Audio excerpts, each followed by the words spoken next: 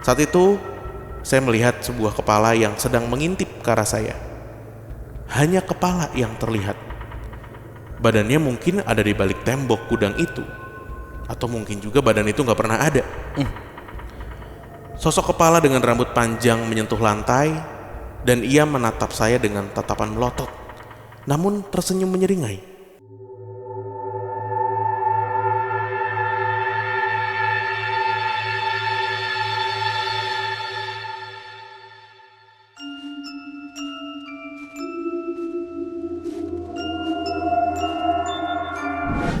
Assalamualaikum warahmatullahi wabarakatuh. Shalom, Om Swastiastu, Namo Buddhaya. salam kebajikan. Selamat datang kembali di podcast Malam Kliwon episode 654.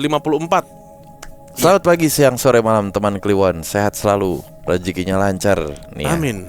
Ya, hari Senin ya, tanggal 22 nih. Sebentar lagi Natalan berarti dan penghujung tahun. Ya, sekali lagi terima kasih buat semua teman Kliwon yang sudah mendengarkan di Spotify atau menonton di YouTube Ya. yang selalu setia bersama Pak Vincent. Seorang tua, Satu.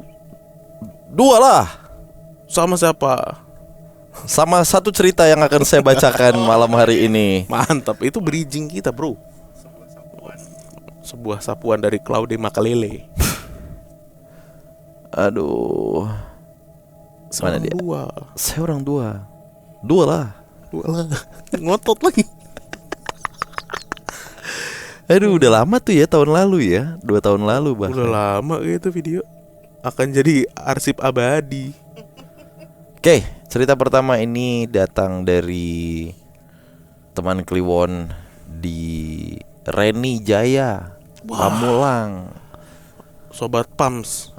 Yoi, kayak Dencil nih. Pams ada hand sign-nya enggak? Anjas. Enggak ada. Jaksel ada bro, Jaksel bro. Ini bro, Jaksel. Emang iya? Iya, Anjas. Jaksel. Wah, keren banget. Pamulang gimana ya? Pamulang. Jakarta Timur mah nggak usah ada gituan. Tapi Wallace. langsung nembak. Iya, datang sini. Bener, sahabat. Ya, iyalah sahabat. Asik. Gangster Gua kok nyabet. santai, lo usik, gue bantai gitu. Halo Bang Danu dan Bang Bimo, perkenalkan saya Chris, seorang keturunan Jawa Timur, tepatnya di Madiun, yang sekarang tinggal di Tangerang Selatan, Reni Jaya, Pamulang. Desa kami sebut saja Desa G di sekitaran Ngawi Madiun, yang masih sangat kental dengan budaya kejawennya. Bisa dibilang kedua orang tua saya tuh memang asli keturunan desa itu. Rumahnya pun berdekatan, dan kedua kakek saya juga masing-masing memiliki pegangan yang sama besar dan hebatnya. Bukan bermaksud untuk sombong, tetapi itu yang diceritakan diceritakan orang almarhumah ibu saya. Oke. Kebetulan saya memiliki kakak perempuan yang diturunkan pegangan, sehingga bisa merasakan dan melihat hal yang tak kasat mata. Namun dia tidak bisa menyebutkan dirinya sebagai orang indigo. Terdapat beberapa kejadian menarik yang dialami oleh kakak saya karena dijaga oleh seorang kakek tua dengan baju Jawa yang diketahui milik kakek dari ayah saya, karena ayah saya yang bercerita di rumah Pamulang. Mulai dari saat begadang maraton DVD dan jam 3 pagi dihalang-halangi TV-nya karena disuruh tidur. Dan ada beberapa orang yang berniat jahat kepada kakak saya itu mengalami kegagalan.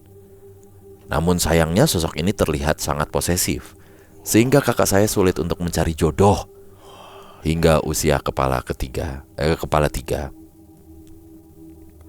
Kejadian selanjutnya saat saya bersama anak istri menangani proyek dan mengharuskan untuk pindah ke rumah mertua selama 2 minggu. Kebetulan kami masih tinggal di rumah mendiang orang tua kami bersama kakak saya, karena kakak saya belum menikah, yang mengharuskan kakak saya tinggal sendirian di rumah.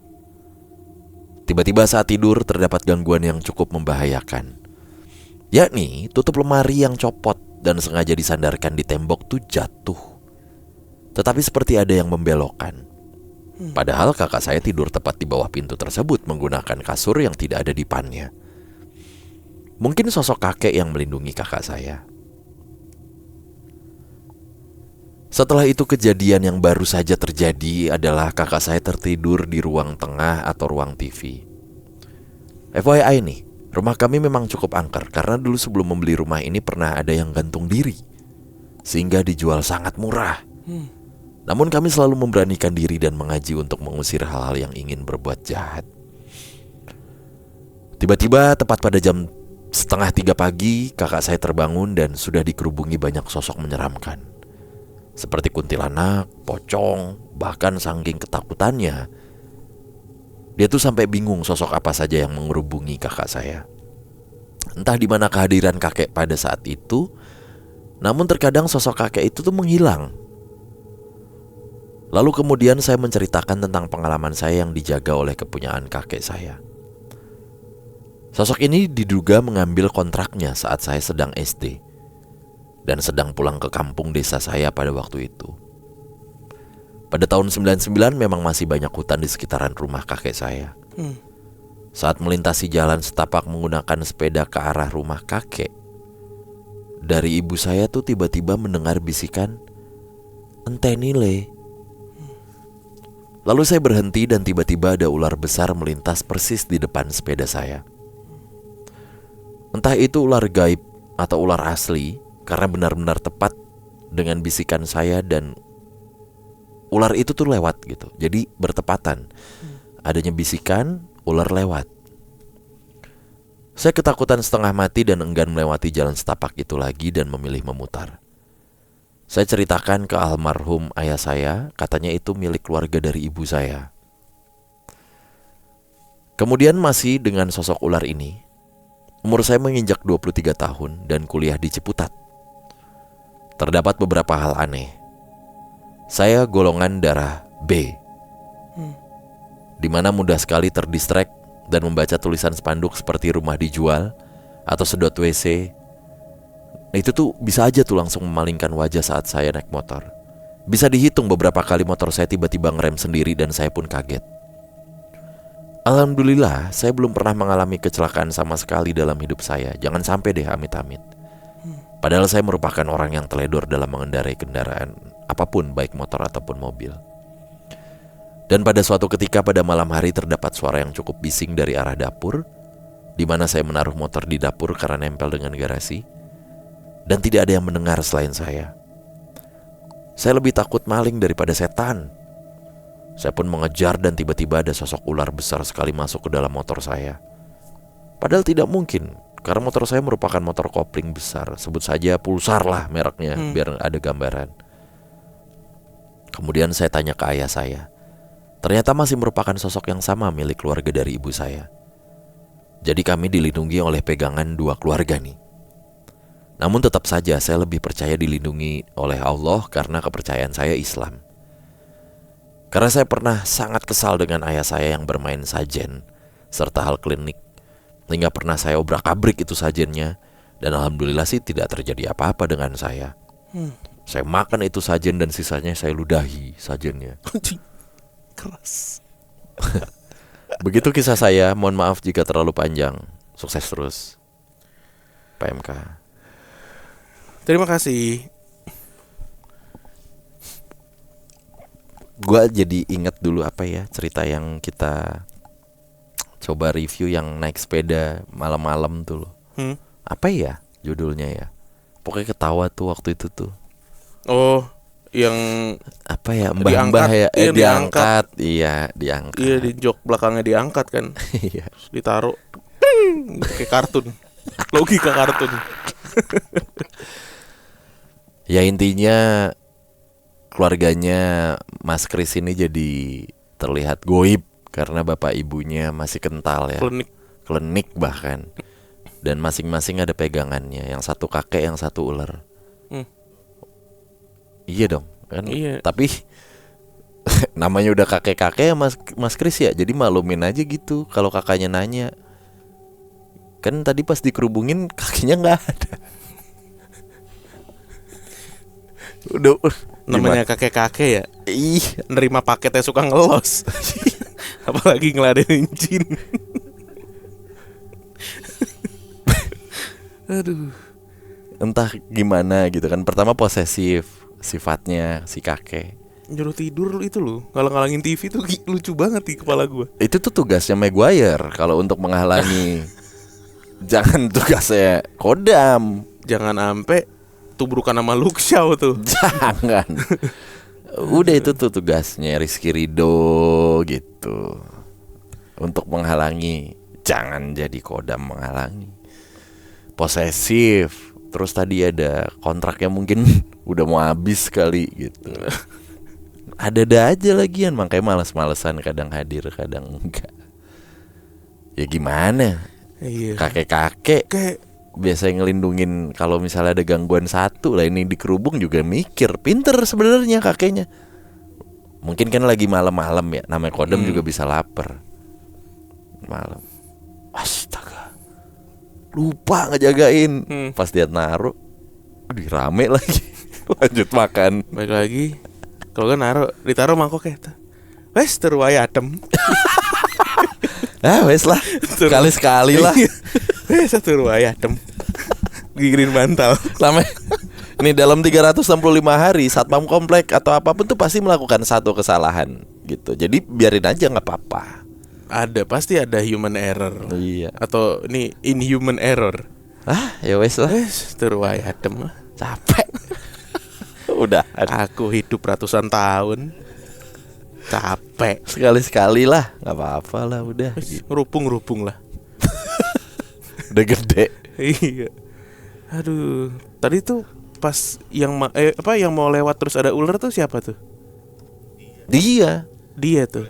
Dia dapat kan pulang kampung. Dia dapat apa istilahnya? Bisikan. Enteni le gitu. Enteni itu artinya Tungguin ya. Tungguin le. Lewat tuh ular. Pas banget gitu. Berarti memang biasanya itu ada bisikan dulu baru ular masuk. Iya kan? Kalau ini tadi apa ularnya? Tergantung. Nah, iya kan. Kalau saya membeli ularnya dulu masuk baru saya bikin. Nah itu nggak sopan itu. Bukan masalah sopan nggak sopan Pak. Ular masa masuk dulu baru bisikin nggak sopan. Harusnya bisikin dulu. Tak lebokno yo. Tergantung lah situasinya. Ya ini kan ular masuk nih. Dan kasih tahu aku ngumpet ya. Kan bisa gitu. Kan bisa dikejar-kejar warga ularnya. Bener. Ular masuk terus ada bisikan. Kelamaan kalau bisikin dulu. Iya kalau orangnya takut. Kalau kagak ribet. Mendingan masuk dulu. Orang goalsnya masuk. Mau pelanggaran mau enggak mah biar VAR aja yang ngecek. Menentukan. Biar VAR yang menentukan. Udah dimarahin pelatih lu kalau depan gawang masih mikir. Terlalu banyak berpikir Bung, berspekulasi gitu. Witan biasa itu. Aduh. Masuk dulu, urusan nanti belakangan. Tergantung memang adab masing-masing ya. Benar. Biasanya kalau diceritain ini kan bisik dulu baru ular beraksi. 2 kali. Entah ini le. Apa? Saat 2 kali kan ada penampakan sosok ular ini ya. Terakhir 3 kata lucu. Apa? Ular masuk pulsar. Lah dia nggak ngebisikin, main masuk aja ke pulsar. Mending masuk ke pulsar daripada masuk ke pusar. Iya. Itu bau baby oil. Biasanya bersihin pakai baby oil. Masuk pulsar. Iya. Kamu ngapain? Oh, saya suka motor India. Saya suka motor India. Tapi gue nggak nyangka loh India tuh sebesar itu ya. Jadi kemarin kan gue event di Jepang tuh ada 6 kreator dan media dari Southeast Asia. 6 tuh. Nah ternyata ada rombongan juga dari India. Ada 6 orang dan semuanya nge-represent India. Gue tanya dong kayak kok Southeast Asia nih 6 orang. Ini India cuma 1 negara. Kenapa 6 orang juga gitu? Kenapa gak cuma 2 orang atau 3 orang aja? Terus dia bilang, ya ini keputusan dari sananya, dari platformnya. Karena dia ngeliat dari besaran jumlah penduduknya. Gue googling lah, berapa sih penduduk India? Anjing 1,4 miliar. Southeast Asia digabungin itu cuma 700 juta. Setengahnya India coy. Banyak banget ya. Pantesan banyak di DM kita tuh orang India. Di tag foto. Aduh anjing, DM PMK juga banyak loh. Kalau kita suket nggak ada yang pakai kaos. Iya, semuanya pakai kemeja. Iya. Tidak mengenal t-shirt. Aduh, Iya lagi anjing. sumpah bro. Goblok aja. Iya Pada lagi. suka pakai kemeja. Gila, sebesar itu ternyata India. Luar biasa. Gila 1,4 1,4 miliar jumlah penduduknya. Pantesan begitu ya, klakson mulu. Anjir. Oke, cerita berikutnya datang dari pusat Jakarta. Halo PMK. Halo. Perkenalkan, nama saya Feby. Saya ingin membagikan cerita horor yang saya alami ketika saya masih bekerja di salah satu brand fashion yang ada di Mall Jakarta tahun 2016 lalu. Mall ini terletak di pusat Jakarta dan terapit oleh 2 mall besar lainnya. Saya mengalami kejadian ini ketika saya baru bekerja sekitar 2-3 bulan di sana. Saya lupa tepatnya berapa. Namun kejadian yang saya alami ini di tahun 2016 sampai sekarang masih membekas di ingatan saya. Karena ini adalah salah satu pengalaman horor yang paling menyeramkan yang pernah saya alami selama di hidup saya. Saat itu saya kerja masuk shift siang. Jam kerja shift siang selesai pada pukul 11 malam. Setelah closing store atau jam operasional mall, semua staf biasanya mulai membersihkan atau merapikan semua produk yang ada di area masing-masing. Kebetulan saat itu saya sedang berada di area pakaian wanita. Dan area tersebut berdekatan dengan gudang hanger dan tempat pembuangan sampah.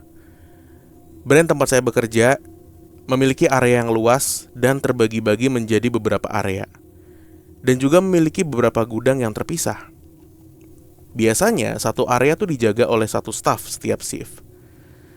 Pada saat itu sekitar jam 10:30 malam, saya sedang fokus membersihkan rak-rak pakaian yang nempel pada dinding, atau biasa disebut wall area. Letak gudang yang saya sebut tadi terletak 5-6 meter dari sebelah kanan saya berdiri.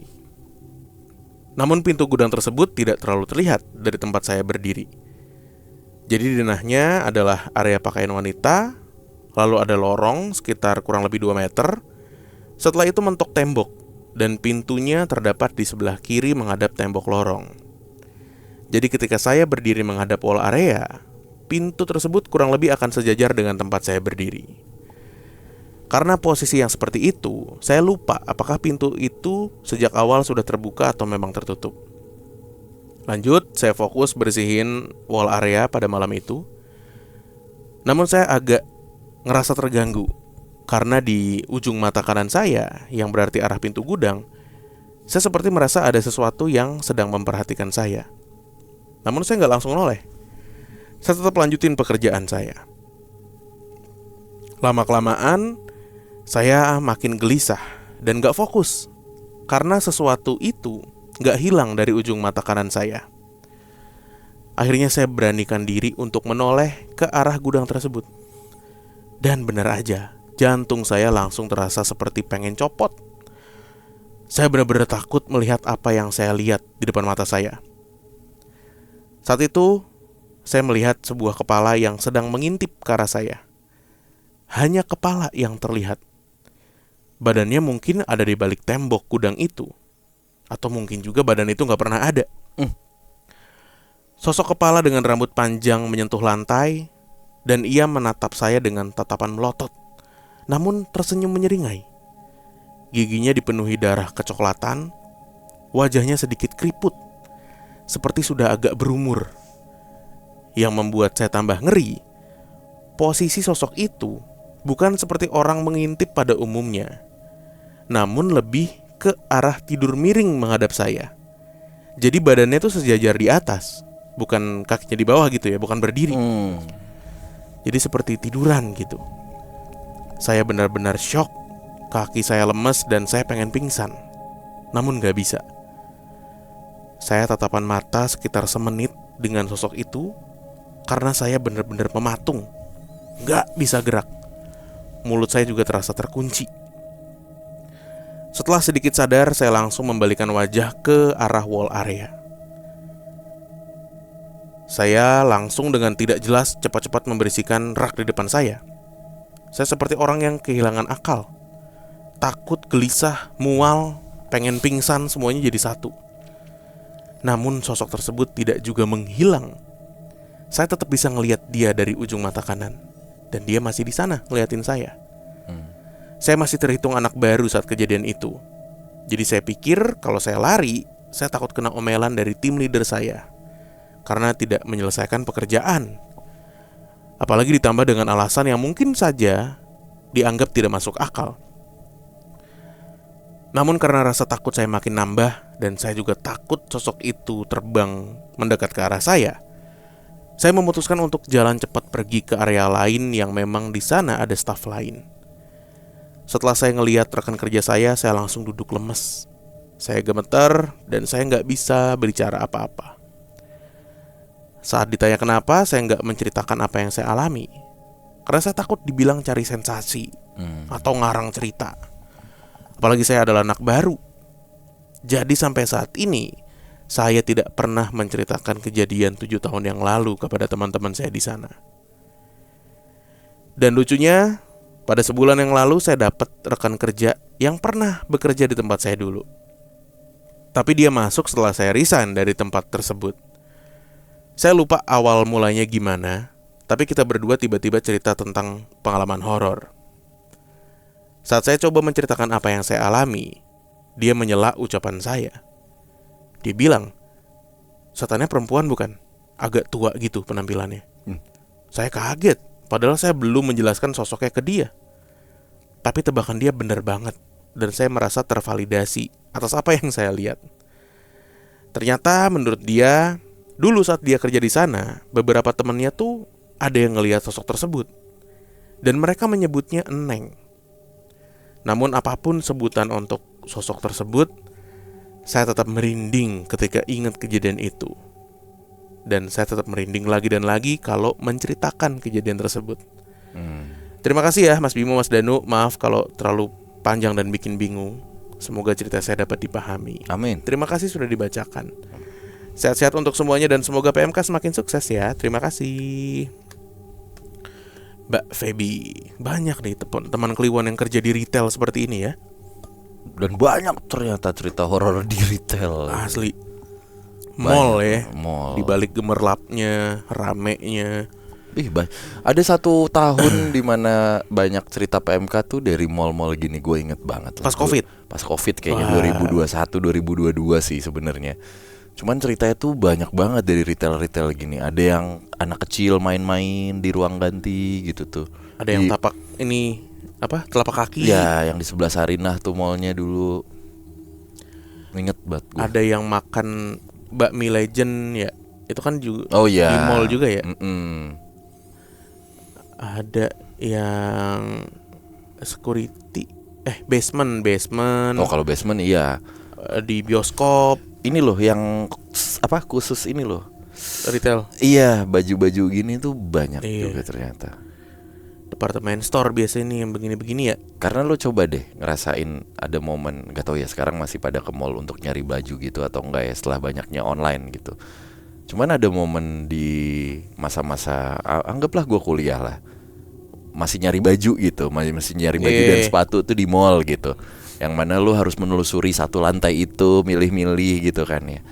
Nah, ada momen di mana mallnya tuh mau tutup gitu. Jadi nggak banyak orang untuk nyari di situ. Itu serem banget, intimidatif sekali tuh suasananya. Kayak lu bisa tersasar gitu loh. Mana ya? Ini mana nih ya? Linglung. Dan bayarnya tuh masih ada yang di kasir di satu tempat gitu. Oh, ini langsung di kasir aja ya, Bu. Biasanya dikasihin nota kwitansi. Ya. Nah, ini bayar di kasir. Serem itu. Setuju sih gue. Mall mau tutup tuh nyebelin ya hawanya ya. Iya. Bener. Menurut gue lebih nyebelin hawa mall mau tutup dibandingkan selesai nonton midnight. Menurut gue ya. Kalau selesai nonton midnight kan kondisinya udah pada tutup semua gitu. Udah wajar. Iya, udah tutup nih. Sama menjelang tutup beda gitu beda. Hawanya tuh. Menjelang tutup tuh kita kayak di liminal space ya istilahnya ya. Area yang masih terang, yang harusnya rame tapi nggak ada orang gitu. Pokoknya apapun yang menjelang tuh bikin bergidik. Misalnya menjelang sakit. Kalau udah sakit kan udah. menjelang full time. Bergidik itu buat musuh Manchester Nah. United. Bah, ada Virgi time. Menjelang puncak. Gadok biasanya tuh menjelang puncak. Pikiran waduh macet nggak nih ya? Iya. Gitu, Oh, benar. pernah buka tutup nih kita. Nah, nih. pasti Gitu. ada momen bergidiknya. Pasti. Menjelang ajal. Nah, itu juga tuh. Bukan bergidik doang itu. menjelang ketemu. Nah, Itu ada di episode kemarin itu. Ya. nah, kalau menjelang ketemu, mau ketemu apa ya? Ayo, ketemu setan. Nah, udah pasti bergidik. Ketemu aparat. Nah. Ketemu klub lawan. Bergidik. Apapun yang momen mau ketemu tuh bergidik. Ketemu dosen pembimbing. Bergidik. Bener. Momen apa lagi yang bikin bergidik? Menjelang apa ya? Semua momen menjelang lah. Menjelang kecebur. Itu bergidik banget. Enggak, kalau menjelang kecebur. Oh lalalala. Berarti kondisinya lagi di sepeda. Kenapa harus lagi di sepeda ya? Kan kecebur bisa lagi apa aja. Menjelang kecebur tuh nengok kamera pasti Pak. Lagi-lagi kartun. Aduh. Oke. Iya. Terima kasih buat semua teman Kliwon yang sedang menjelang.